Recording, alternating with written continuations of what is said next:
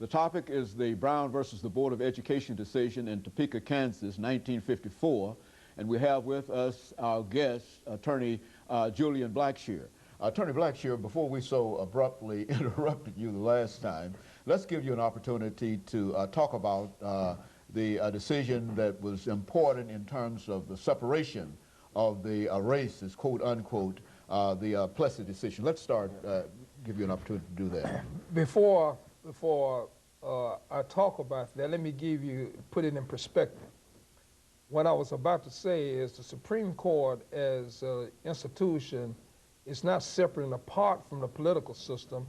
It's a third branch of federal government. It is an extension of the political system.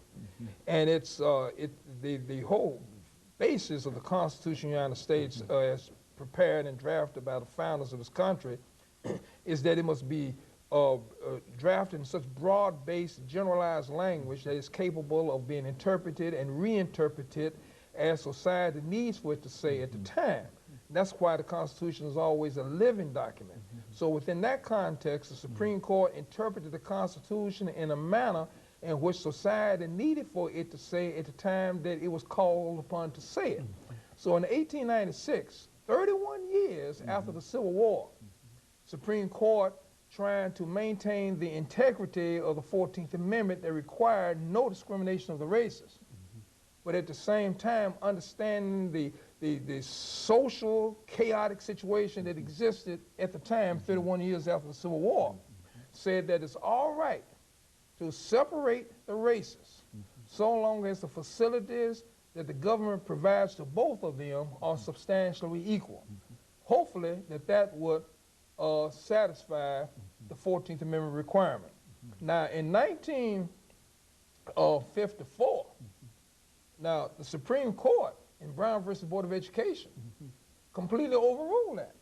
Now, you need to understand, the Supreme Court in 1954 was trying to interpret the rights of the same black people under the same 14th Amendment. Then no I was undotted, no T was uncrossed. In 1896, it said that it's all right to segregate the races so long as the facilities provided to both of them are substantially equal. But this time in 1954, interpreting the same rights of the same people under the same amendment, make a 360-degree turn and say, no, no, no. You now must have integration in order for the 14th Amendment's requirements of no discrimination on the part of the government are satisfied. So you see that what has happened. In 1954, society had changed. It had changed to such a degree that the Supreme Court had to make that Constitution say what society needed for it to say at the time that it was saying it. And that's the reason why you got an entirely different interpretation of the same amendment regarding the same rights of the same people in 54 than what you had in 1896.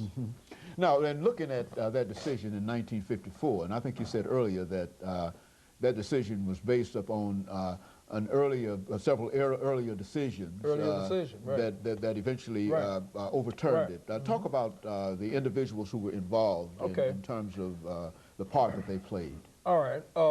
Charlie Houston was the dean of Howard University Law School at the time, and he was the mentor of Thurgood Marshall, a young lawyer, general counsel of the NAACP Legal Defense Fund. And the theory is that what factors are you using to determine whether the facilities provided by the states are substantially equal? Here you had Painter that was trying to go to University of Texas Law School. I mean, Sweat was trying to go to the University of Texas Law School, and they refused to do that because Texas said, well, we got a law school for the colors over there, which we now know to be Texas Southern. Consequently, under the doctrine of separate but equal, so Texas said, we have provided a facility substantially equal to that of University of Texas Law School, so therefore, Sweat, we don't have to allow you to University of Texas Law School. Charlie Houston and Thurgood Marshall both showed to the court that if you use tangible factors to determine the equality of both schools, then what University of Texas Law School is saying is the same thing.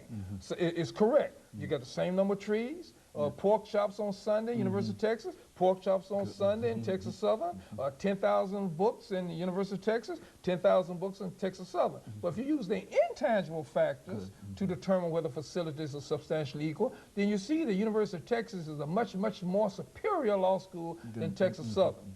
Because University of Texas' reputation was superior to the no reputation that Texas Southern had.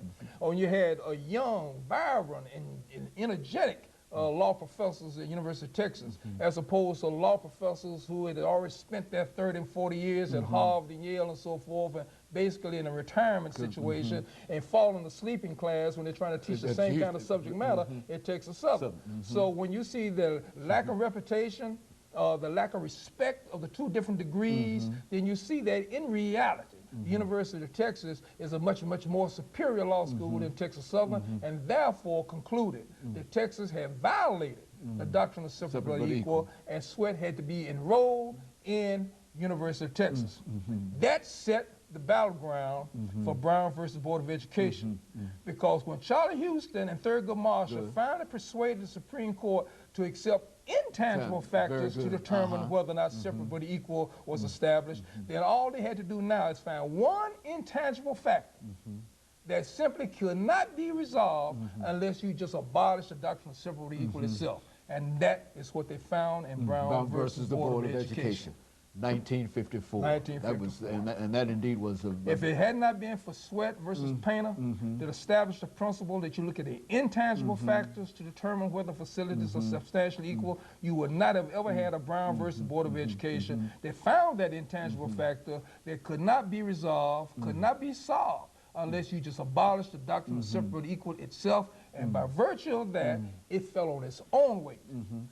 What was the relationship between, this is last minute before commercial, between Thurgood Marshall and Charlie Houston. A student and professor. Charlie Houston was the dean of law school at Howard University. Actually, he graduated from white law schools and white undergraduate schools, but he offered his talent and expertise to Howard University, along with the various young law students and so forth, prepared all the briefs, did all the research, and came up with all the theories. That's the backbone behind that whole decision. Very good. And of course, we're getting ready, Attorney Blackshear, for our second commercial break, and after we come back, we'll have about 6 minutes. Sure. And then we'll give you an opportunity, perhaps, to say something about segregation as it existed in the southern parts of the United States, because I think that that is one of the things that people generally associate with Brown versus the Board of Education. And of course, we'll be back with our audience following this very, very short commercial break.